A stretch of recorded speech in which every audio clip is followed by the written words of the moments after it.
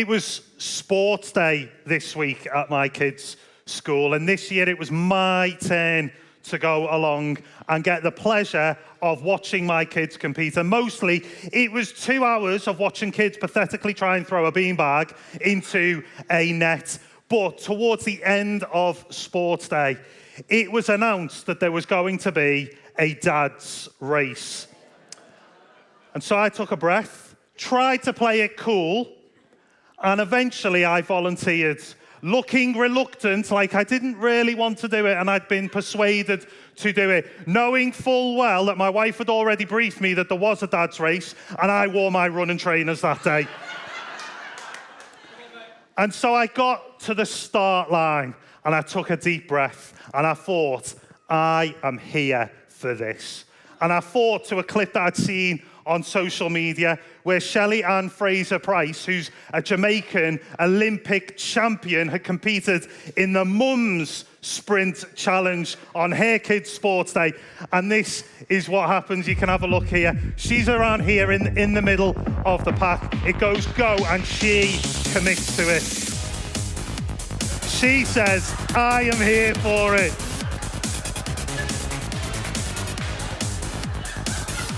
The camera can't even keep up with her.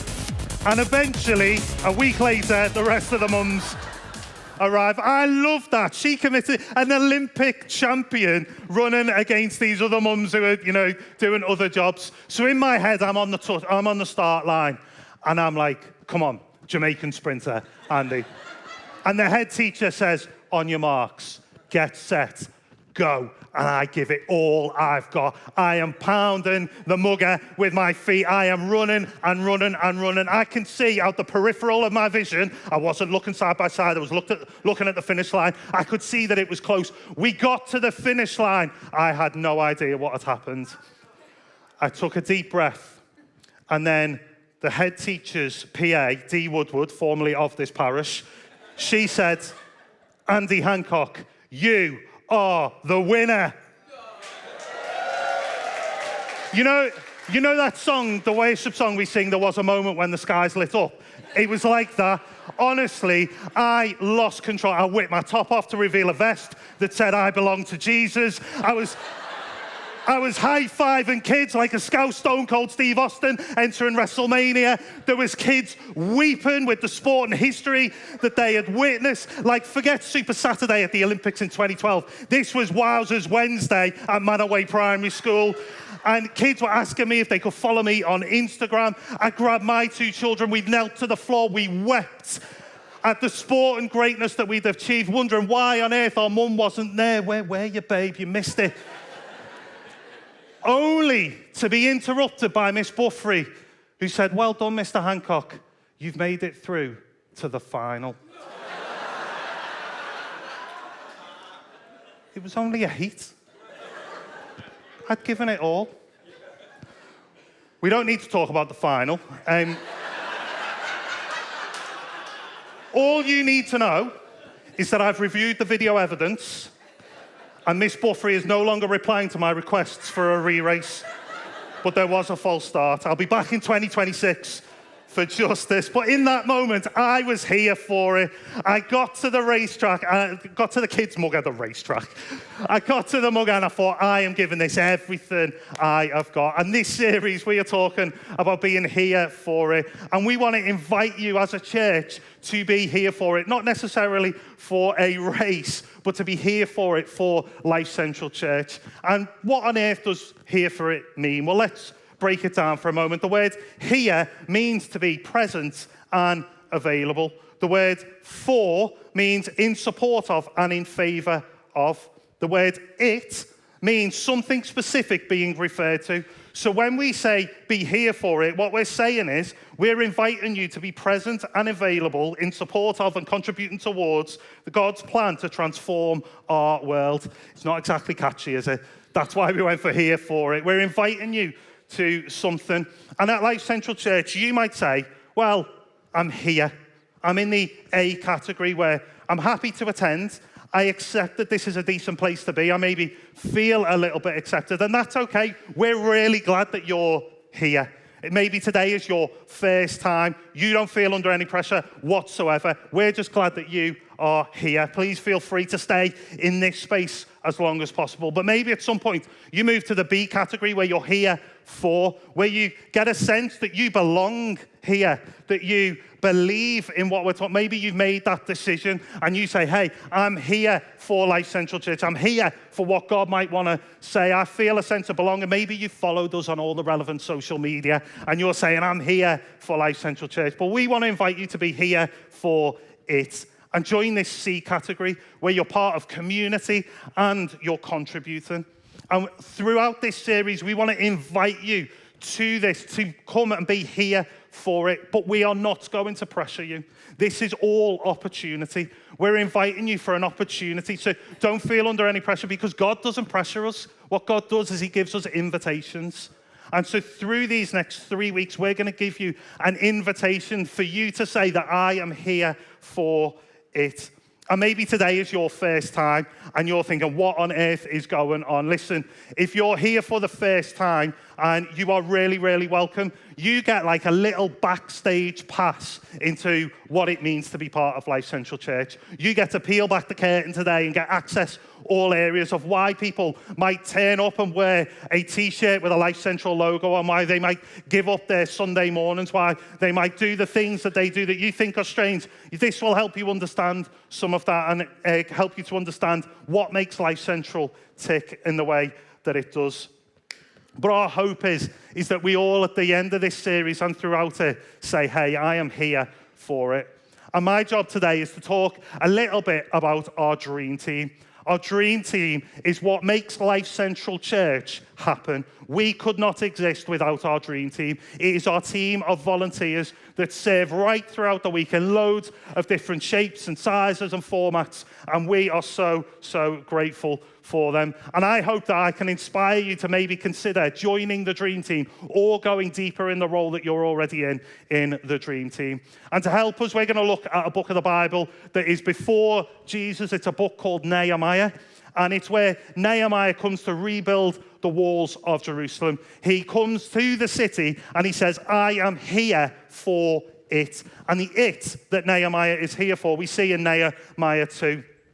He says, come, let us rebuild the wall of Jerusalem, and we will no longer be in disgrace. This is the it that Nehemiah is here for. It's a really clear vision statement. For us at Lifecentral, the it that we are here for is to helping people to find and follow Jesus. That's it that we're asking you to be here for. That's the vision, that's the mission that we are on as a church.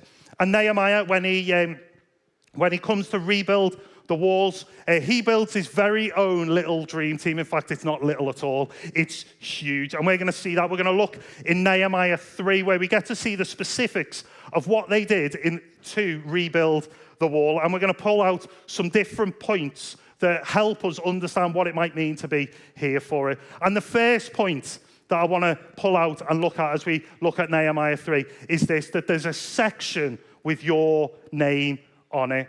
In Nehemiah, we see the different ways that which Nehemiah split the team up. And basically, he gets there's about 40 different groups of people that work on sections of the wall at a time. So they don't all work on one thing. He splits everybody up into little teams, and they're all one big dream team working on different sections of the wall at a time.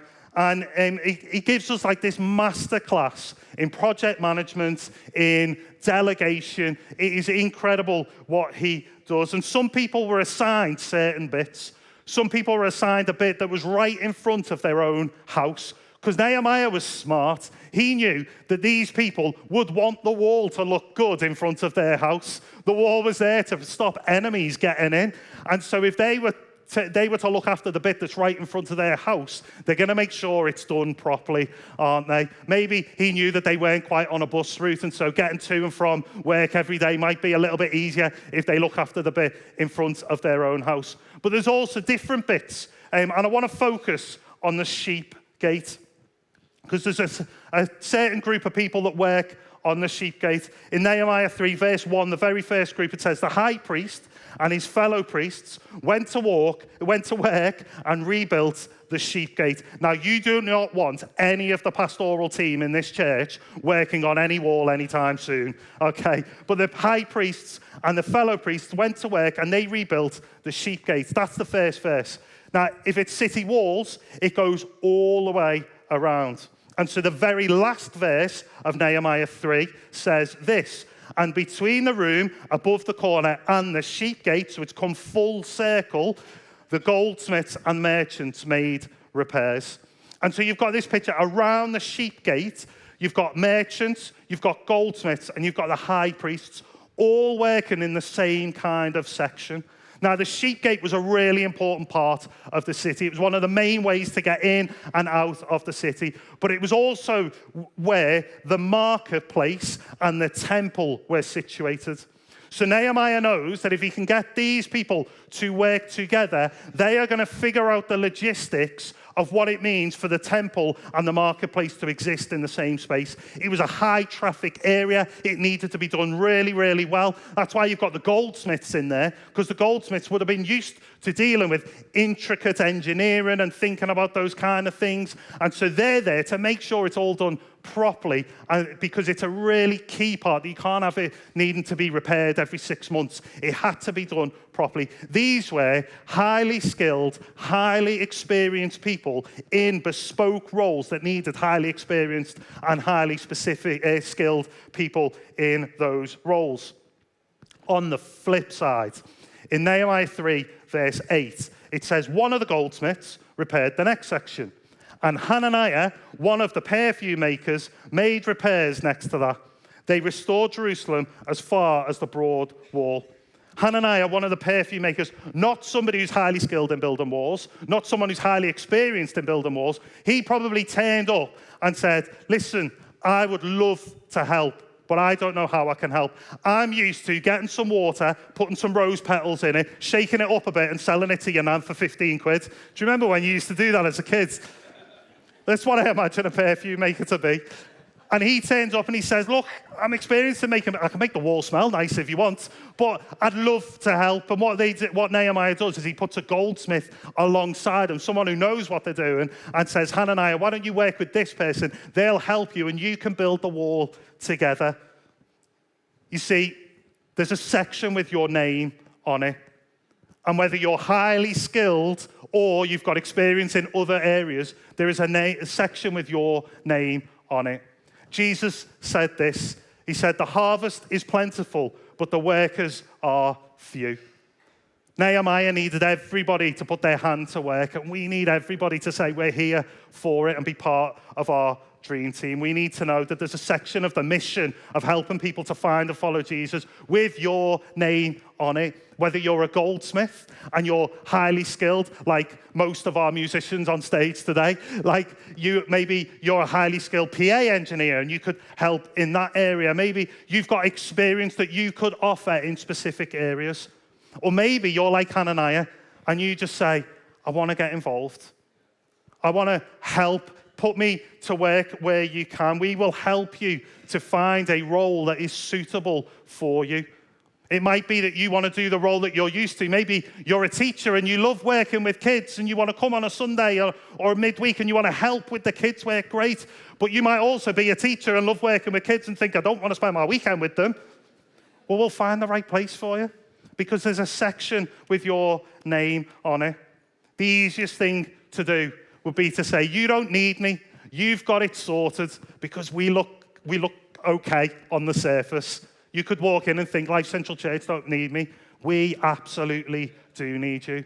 There's a section that you can bring your expertise, your experience, your heart, your attitude to that nobody else could do it in that way. We are not sorted. What would have happened if Hananiah would have said, well, I just make things smell nice. I can't help. Maybe it wouldn't have got done in the way that it needed to get done. We want to invite you to be here for it. The second thing that we can learn is that you make friends when you get stuck in.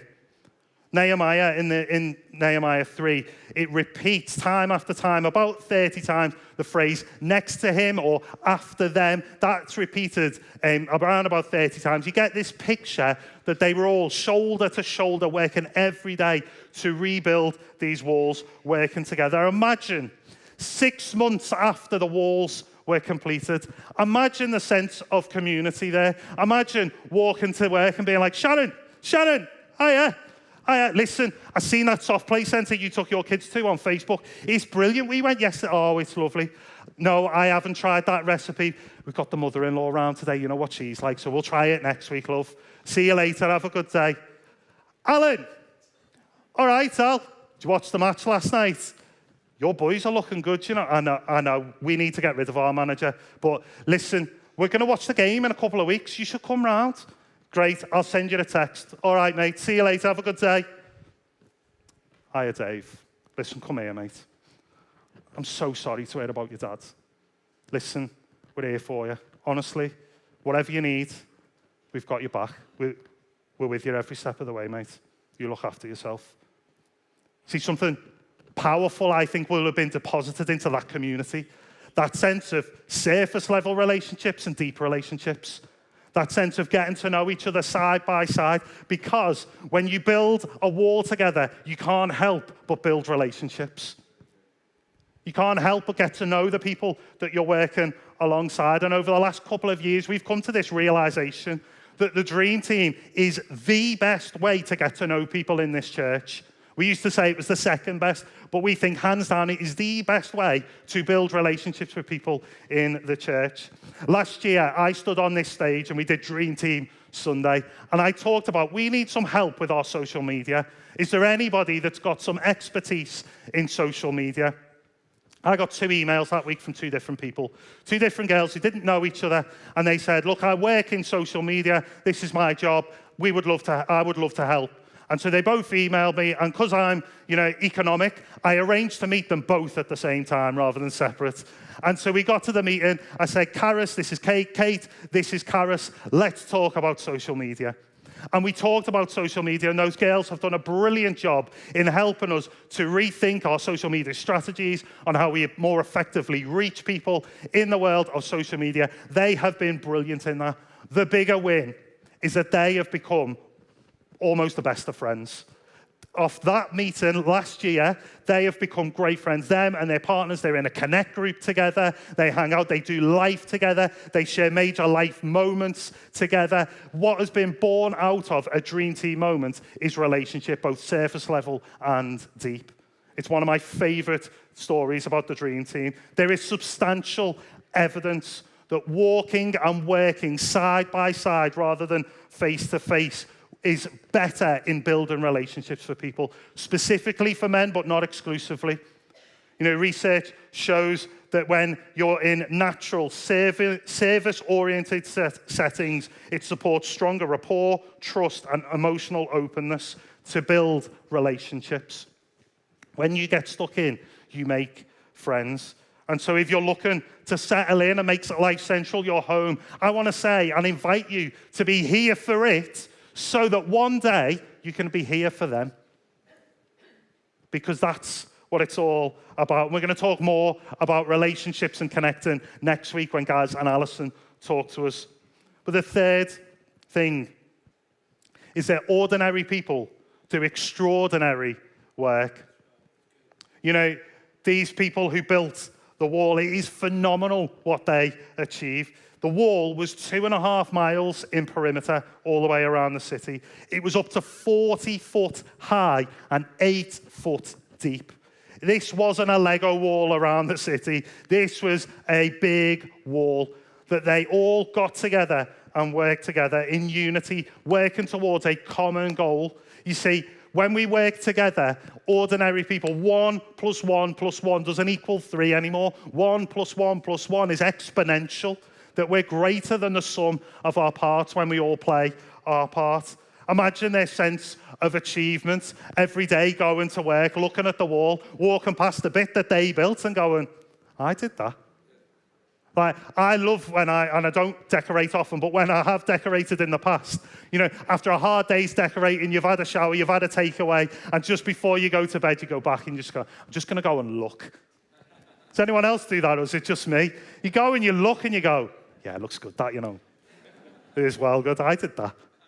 Imagine the sense of achievement every single day, looking at the wall and going, I did that. I was part of a team that made that happen. We do that here at Life Central as well. Every year we take a moment to step back and go, wow, look at the extraordinary things that our ordinary dream team have done. And we're going to do that again this September. On the 26th of September, we've got our dream team party, and the theme is When I Grow Up. We want to invite you to come along to the party dressed as what you wanted to be when you were a kid. It's going to be a lot of fun. Our Dream Team party every year is loads of fun. This is a moment where we get to celebrate all that you've done, all that we've achieved together. We get to step back and look at the wall that we've built. And, there's no pressure on the fancy dress team, let me just say that. Like, if what you wanted to be when you were a kid is a little bit weird or awkward for you to come dressed as, just lie. Just say you wanted to be a businessman or businesswoman and come in a suit. No one's ever going to know. But we're going to have a lot of fun, and I'm excited to go. On Friday, the guys in Clibbery Mortimer are having their dream team party as well. I'm excited to go along to that. But we want to invite you, if you sign up to our dream team, and we're going to give you an opportunity later today, if you sign up, you get to come to the party, and you get to be part of celebrating and looking at the wall together and saying, look what we've achieved. And I want to just give you a little glimpse of what we can celebrate together. I want to share with you Alex's story. She shared her testimony when she got baptized a couple of months ago. And Alex, who's 17, she said, we began to attend Life Central, where I began to make more friendships and get more involved in the church. The people I have met through coming to Life Central really changed my life. Isn't that incredible? As my whole perspective about Jesus changed. I remember around 2 years ago, I was sitting in a service. Now, that's really easy to slip past. When we see the word service or gatherings, it's really easy to slip past and go, yeah, a service happened. But the service starts on the car park with our car park team who give an incredible welcome, who help people safely park their cars, come rain, wind, or shine. They are out there helping people to find and follow Jesus and helping people to find a car park space as well. Maybe they welcomed Alex's family in that day, helped them park their car, and then on the door was some of our hosting team who said, good morning, hello, it's great to see you, maybe shook their hands, maybe showed them to a seat that had been laid out by one of our facilities team. And then they were led in worship by some of our incredible musicians. And she was able to see the words on the screen and know what the words to the song were because somebody sits in a back room over there pressing a button in time with the words. Some of these people are manning cameras. Maybe one week they watched online and they got to see it. And there's somebody who sits up in a room upstairs above the toilets up there and they mix specifically for online. Maybe Alex's family, younger sisters or whatever, went down to kids' work and had a great morning. You see, when we see the word sitting in a service, it takes a lot of people to make that happen. And so whatever team you're a part of this story. You can look back at this wall and go, I was part of this. So when she says, I was sitting in a service and I was really struggling with my mental health, and the service that day really spoke to me, and I felt a sense of peace that I never felt before. Suddenly I understood that when I felt lonely, I was never actually alone. It's because Jesus is always with us, but also we're with us as well. We get some comments and some reviews on Google. Not all of them are good. Some of them are quite spicy.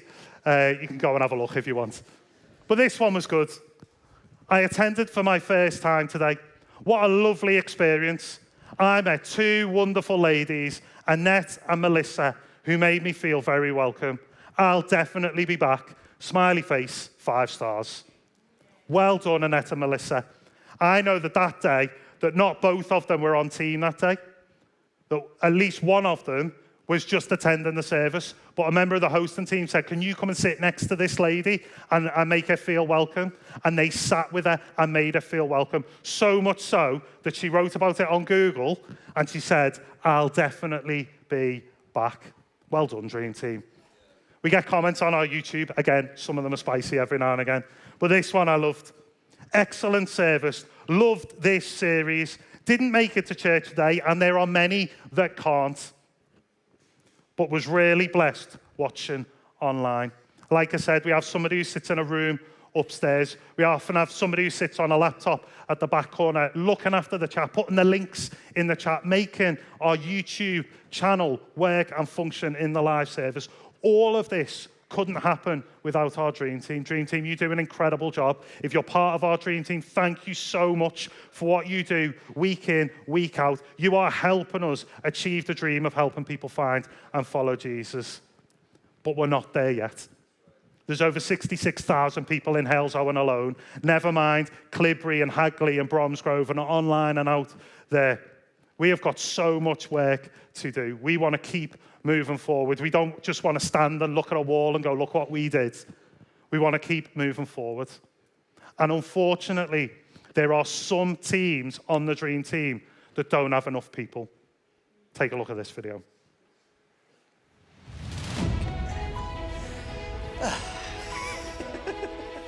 Hi, my name's Dave Roberts. During the week, I work for a payroll company that does payroll and pensions for the NHS. My name is Erica Wilmot. I'm a full-time student at the University of Birmingham, studying philosophy and sociology. I just finished my second year of that, and I'm also a part-time waitress at a cafe. Yes. My name is Laura Jochi. During the week, I work with the elderly, actually getting their what we call care packages in place.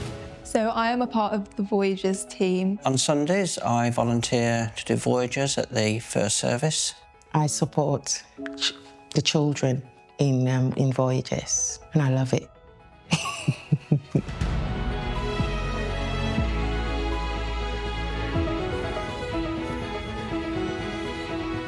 Oh, I love being with the kids. Really good seeing them each week as well, because you can build up a relationship with them. Being there every week for them is just really brilliant.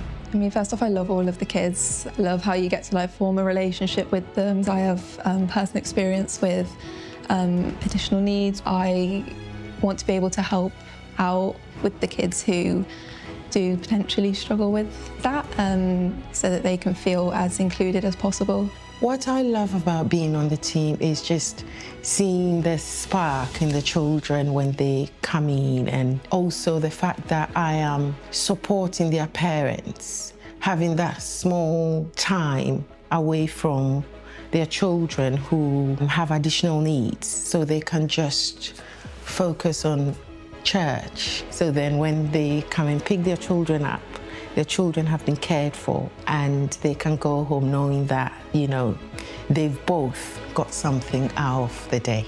For the kids who want to engage, I love being able to do Bible stories and things with the kids. So there's a couple of them who will engage really well, and they like doing some colouring, and they will listen to a Bible story and watch it on the screen. And it's so good to see some of them engaging with that, because they hadn't always. This is a fairly new thing actually, but it's really great to see them engaging. Yeah, I've got a passion for additional needs kids, because so often they get forgotten, they'll get hidden in society and society forgets them, or they'll hide themselves because they want to fit in. And so I just love being able to show how much Jesus loves them and how special they are. But that's what I love about it, is the fact that we are able to provide that for children who can't access the main service. My name is Sophie. I am a mum of 3 children, 2 of which have got high needs, so I'm a carer for them. I don't have an outside career. However, I do volunteer at Little Treasures, which is my respite in the week. For my children to come to Voyagers every week, to have a space that they can go to, is just I'm almost demonstrating it. It's beyond description. In some ways, it's really powerful for them to be included. We've got 2 additional needs children ourselves, and just the gift to parents of somebody looking after their children while they can go in and worship, I think that's a real blessing to them, because I know how difficult it is and how hard it is to constantly have the children with you, and just to have a break and be able to worship, I believe that's just a real gift to the parents. It's a big responsibility being a parent carer of children with additional needs, and you feel like you're on high alert all of the time, and especially when you're a Christian, because you want to let them know how much Jesus loves them. That's just fundamentally part of how I want to parent my children. Being able to drop them off at Voyages on a Sunday morning means that responsibility is not mine for an hour. To be able to walk up to the church and sit in church and just worship, it's a massive privilege for us to be able to do that, and to know that in Voyages the children are being loved and safe and cared for. People might not necessarily feel that they are suitable for the job, but you don't need any qualifications to do this job. You just need to want to give back and take the step, and that's it really. You might just find your calling. So I would just want to share, or encourage anyone that's considering volunteering to give it a go, because that moment when a child slips their hand into your hands and takes you to somewhere that they want to go, that trust that they've put in you is invaluable. It's like Jesus' love, kind of just being immediately, just almost hit in the face with it. It's like, whoa, this is what church is supposed to be, that we can just come and be embraced as a family, and that there'll be people that get to know and get to love our children alongside us.